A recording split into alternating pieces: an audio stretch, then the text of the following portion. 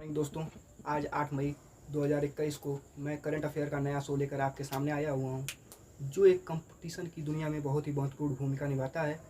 इससे हम समझते हैं कि किसी भी कंपटीशन में आप देखेंगे कि करंट अफेयर एक आपकी बहुत ही महत्वपूर्ण भूमिका निभा रहा है। जैसे में 25 क्वेश्चन का अगर एग्ज़ाम है तो वो आपको 2 से 3 क्वेश्चन हर एग्ज़ाम में देखने के लिए मिलेगा, या वो यूपीएससी हो, एसएससी हो, कोई भी एग्ज़ाम हो, राजस्थान का, यूपी का, किसी भी एग्ज़ाम में आप देख सकते हैं।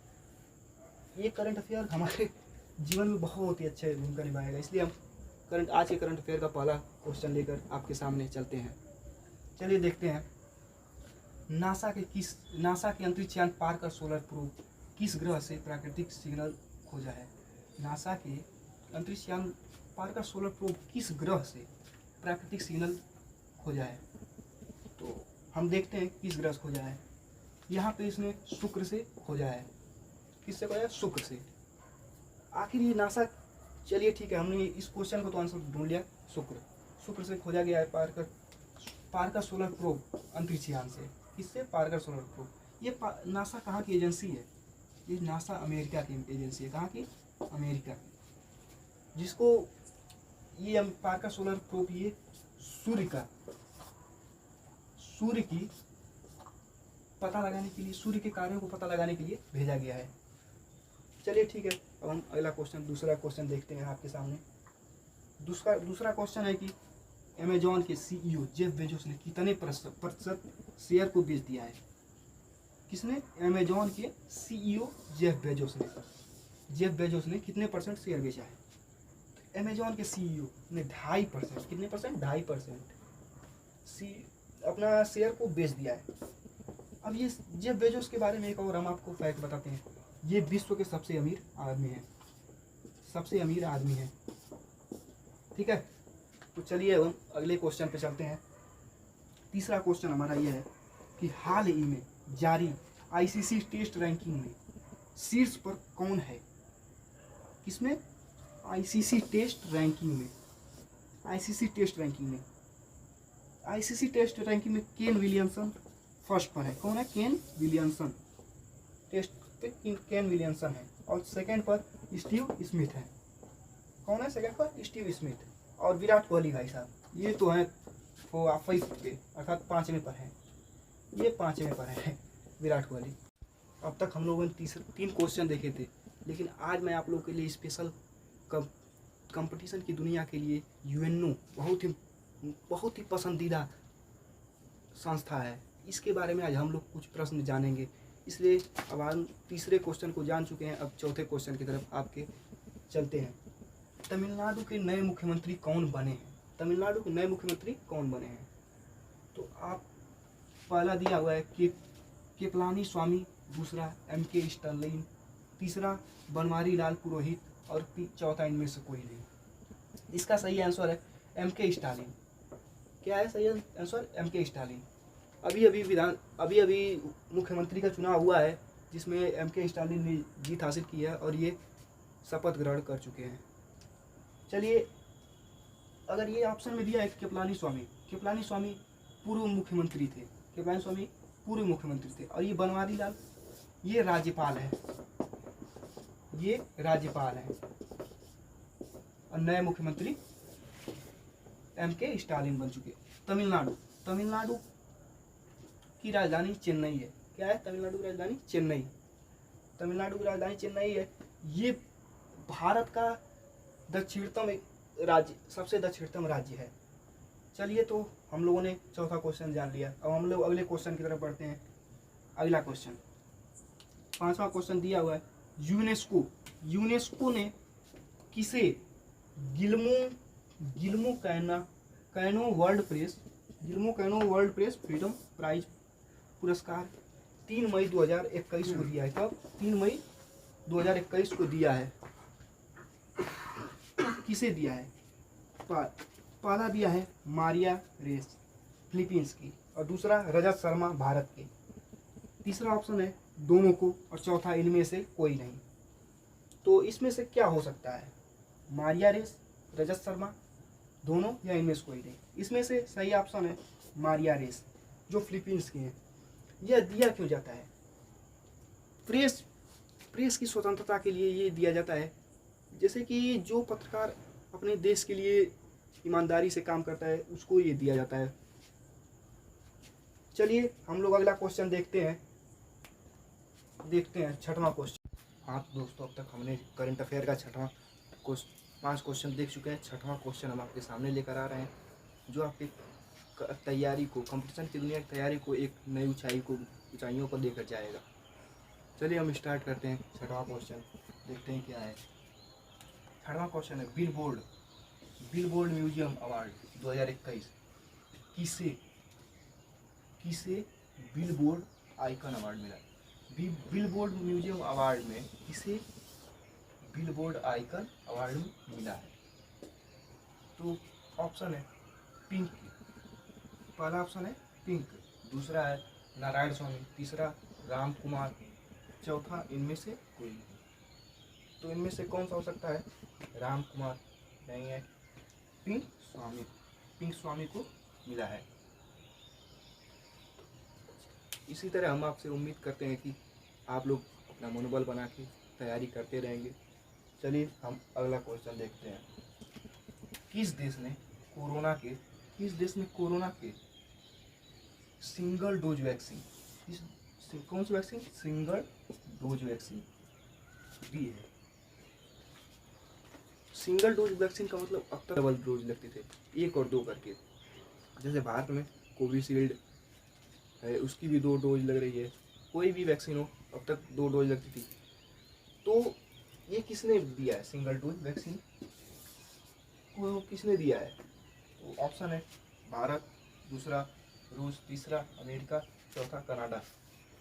तो भारत ने नहीं, रूस ने दिया है। किसने दिया है? रूस ने सिंगल डोज वैक्सीन को मंजूरी दे दी है। ये इसके अधिकतर चांसेस भी हैं, लगभग 70% के आसपास ये सक्सेस भी है, इसलिए इसको मंजूरी दे दी गई है। अच्छा, हमने तो देखा ये इसको अभी मंजूरी दी गई, लेकिन सबसे पहला कोरोना का वैक्सीन कौन लॉन्च किया था? उसको भी रूस ने ही लॉन्च किया था। किसने लॉन्च किया था? रूस ने। उसका क्या नाम था? स्पुतनिक। क्या था? स्पुतनिक। एक चीज और हम जान लेते हैं, विश्व का सबसे बड़ा देश कौन सा है? ये देश कौन सा है? रूस है। कौन सा है? रूस।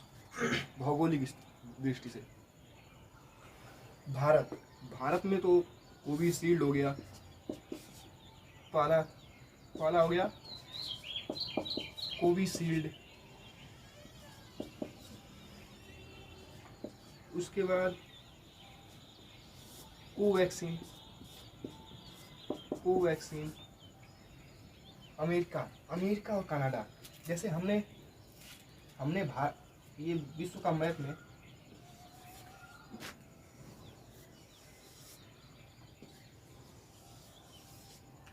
यहाँ पर ये अमेरिका है, नीचे इस हिस्से में अमेरिका है, ये ऊपर में कनाडा, ये अलास्का है। तो ये कनाडा जो है, कनाडा और अमेरिका के बीच में बांटने वाली रेखा को 49 डिग्री कहते हैं। कौन सी डिग्री कहते हैं? 49 डिग्री कहते हैं। चलिए अब हम लोग अगले क्वेश्चन की तरफ बढ़ते हैं। आपसे उम्मीद करते हैं कि आप लोग अच्छे से तैयारी करेंगे। अगला क्वेश्चन दिया हुआ है, पुडुचेरी के नए मुख्यमंत्री कौन बने? क्या पुडुचेरी के नए मुख्यमंत्री कौन बने?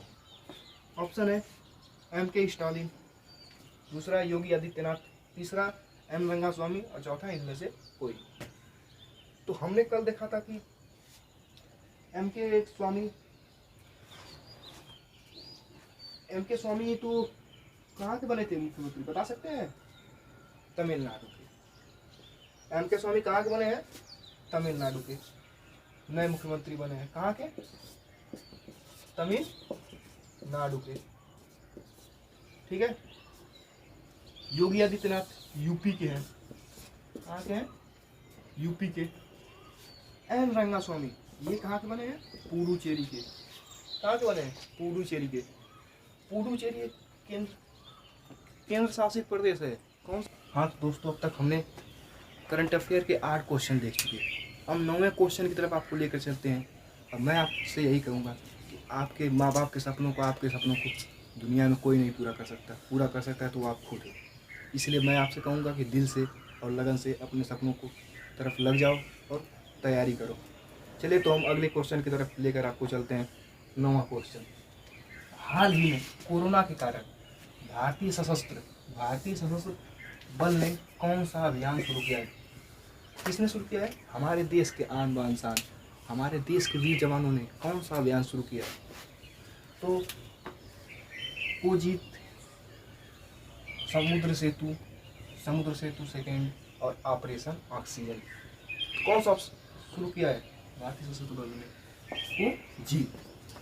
चलिए कोजीत शुरू किया है। तो हम 3 और ऑप्शन बच रहे हैं, इनको भी देख लेंगे क्या? चलिए देखते हैं। समुद्र सेतु, अगली बार पहले कोरोना महामारी में, जब पहली बार कोरोना महामारी आई थी तो हमारे बहुत से भारतीय भाई बहन विदेशों में फंस गए थे। उनको समुद्री मार्ग से लाने के लिए हमारे नौसेना ने समुद्र सेतु अभियान चलाया था। किसने चलाया था? नौसेना ने।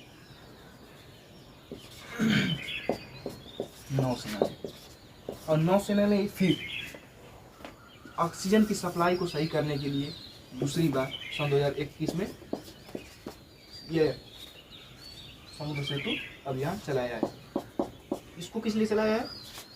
समुद्र सेतु सेकेंड को ऑक्सीजन की सप्लाई को पूर्ति करने के लिए। और इसको चलाया था प्रवासी बार कि भारतीय मेरे भाई बहनों को हमारे देश में लाने के लिए। ऑपरेशन ऑक्सीजन क्या है? ऑपरेशन ऑक्सीजन का मतलब यह है कि हमारे वायुसेना द्वारा, किसके द्वारा? वायुसेना द्वारा, जो हमारे जब देखा था कि सर्जिकल स्ट्राइक हुई थी उसमें भी हमारे वायुसेना ने बहुत ही अच्छा भूमिका निभाई थी।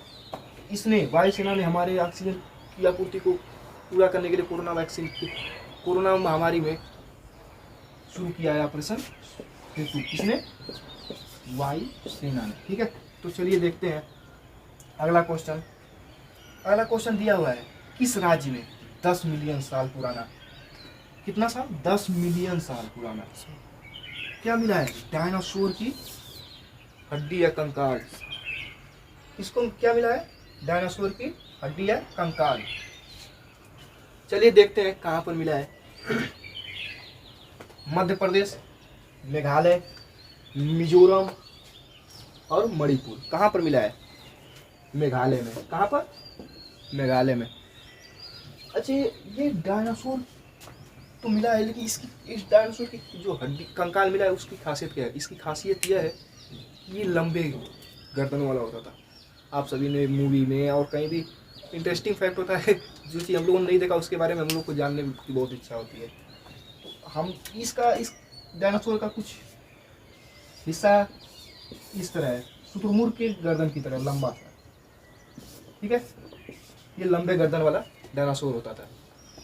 तो अब हम इसी के साथ आगे हम बढ़ते हैं स्टैटिक। चलिए, अब हम लोगों ने अब तक 10 करंट अफेयर के क्वेश्चन देखे।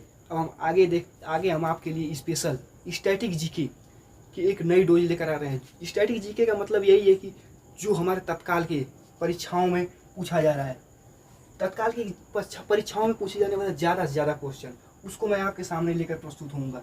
पर डे 6 क्वेश्चन, लेकिन 6 ये क्वेश्चन कहने के लिए 6 है।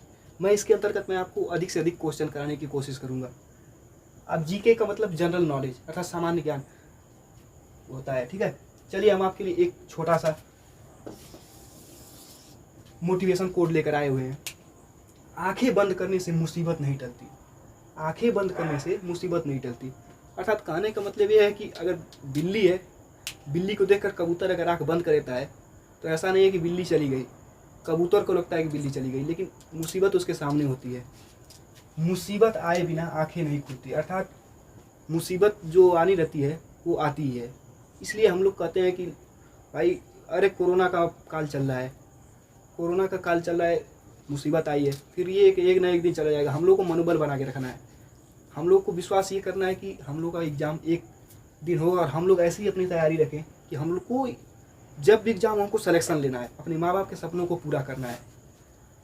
तो चलिए हम लोग देखते हैं पहला क्वेश्चन स्टैटिक जीके का हम रखते हैं। Dose first. हम आपको पर डे आपके सामने स्टैटिक जीके की अच्छे अच्छे क्वेश्चन आपके सामने लाएंगे जो प्रेजेंट टाइम में पूछे जा रहे हैं एग्जामों में। ठीक है, पहला क्वेश्चन, यूएनओ की स्थापना किसके स्थान पर हुई? यूएनओ की स्थापना किसके स्थान पर हुई? किसके स्थान पर? राष्ट्र संघ के। किसके? राष्ट्र संघ के। अब इस राष्ट्र संघ की स्थापना कब हुई? इस राष्ट्र संघ की स्थापना हुई थी जनवरी 1920 में। जनवरी 1920 में अमेरिका के राष्ट्रपति ने की थी। अब इसका मुख्यालय बनाया गया था जेनेवा स्विट्जरलैंड में। जेनेवा स्विट्जरलैंड में राष्ट्र संघ का मुख्यालय बनाया गया। लेकिन इसका मुख्य उद्देश्य था कि जो विश्व युद्ध छिड़ा था उसको दोबारा न छिड़ सके, देश में, पूरे विश्व में शांति कायम रहे, देश के व्यापारों को अच्छी तरह से आवाजाही रहे, मित्रता भाव सब में बना रहे। लेकिन ऐसा ये नहीं हो सका, इसलिए ये राष्ट्र संघ को समाप्त कर यूएनओ का गठन किया गया। यूएनओ का फुल फॉर्म होता है यूनाइटेड नेशन ऑर्गेनाइजेशन। अब यूएनओ की स्थापना अब कब हुई? अगला क्वेश्चन है, पहले था यूएनओ किसके स्थान पर आया, लेकिन दूसरा क्वेश्चन है यूएनओ की स्थापना कब हुई और कहाँ हुई? यूएनओ की स्थापना अक्टूबर 1945 को, अक्टूबर 1945 को कहाँ पर हुई? अमेरिका के, यूएसए के सैन फ्रांसिस्को में हुई। कहाँ पर हुई? अमेरिका के सैन फ्रांसिस्को में। कब हुई? अक्टूबर 1945 को, 23 अक्टूबर 1945 को। चलिए 23 अक्टूबर आ गया तो हम 23 अक्टूबर से जान लेते हैं कि 23 अक्टूबर को संयुक्त राष्ट्र संघ दिवस मनाया जाता है। क्या मनाया जाता है? संयुक्त राष्ट्र संघ दिवस। संयुक्त राष्ट्र संघ दिवस। ठीक है, तो अब हम अगले क्वेश्चन की तरफ चलते हैं। यूएनओ का गठन कितने देशों के हस्ताक्षर पर हुआ? ये बहुत ही महत्वपूर्ण क्वेश्चन है कि यूएनओ का गठन, आखिर में यूएनओ का गठन तो हुआ, तो वो कुछ न कुछ तो देश रहे होंगे जिनका गठन जिनके हस्ताक्षर से हुआ। यूएनओ का गठन हुआ था 50, कितने देशों के हस्ताक्षर से? 50 देशों के। लेकिन थे कितने शामिल? 51 थे। पोलैंड बहुत ही घटिया था, उसने धोखा दे दिया, वो हस्ताक्षर ही नहीं किया। थे 51 लेकिन पोलैंड ने हस्ताक्षर नहीं किया। संयुक्त राष्ट्र संघ ने हस्ताक्षर कितने किया था? 50 ने। ठीक है, संयुक्त राष्ट्र संघ में कितने देश सदस्य हैं वर्तमान में कितने देश सदस्य हैं? 193। और नवीनतम कौन सा है? दक्षिण सूडान। कब हुआ है? 11 जुलाई 2011 को ये हुआ है। कितने वर्तमान में सदस्य हैं?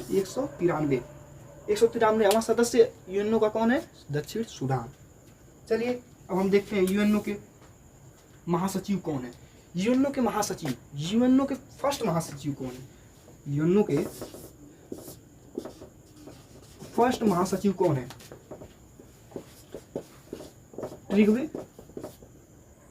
ट्रिगवे हैं। और वर्तमान में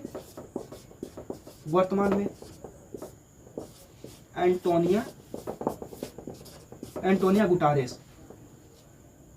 फर्स्ट कौन है? ट्रिगवे हैं। और वर्तमान में कौन है? एंटोनिया गुटारेस। ठीक है, एंटोनिया गुटारेस कहाँ के हैं? पुर्तगाल। कहाँ के हैं? पुर्तगाल के। और चलिए हम अगले क्वेश्चन की तरफ चलते हैं। यूएनओ की कितनी भाषाएं हैं? यूएनओ की तो मुख्यतः 6 भाषाएं हैं। कितनी भाषाएं हैं यूएनओ कितनी भाषाएं हैं? 6 भाषा। कितनी भाषाएं? 6 भाषा। लेकिन हम लोग कहते हैं कि यूएनओ की 6 तो भाषा है, लेकिन आखिर में कैसे, हम देखते हैं। चलिए हम इसके लिए आपको एक ट्रिक दे देते हैं। इसका ट्रिक है रूसा फेस। अरे रूसा फेस का मतलब कि कोई भी रूस जाए उसका फेस आपको जानते हैं, उसका फेस रूसा फेस आपको आसानी से याद हो जाएगा। रूसा से होगा क्या? रशियन, स्पेनिश, फ्रांसीसी, अरबी और चीनी या मंदारिन। देखिए रसियन, स्पेनिश,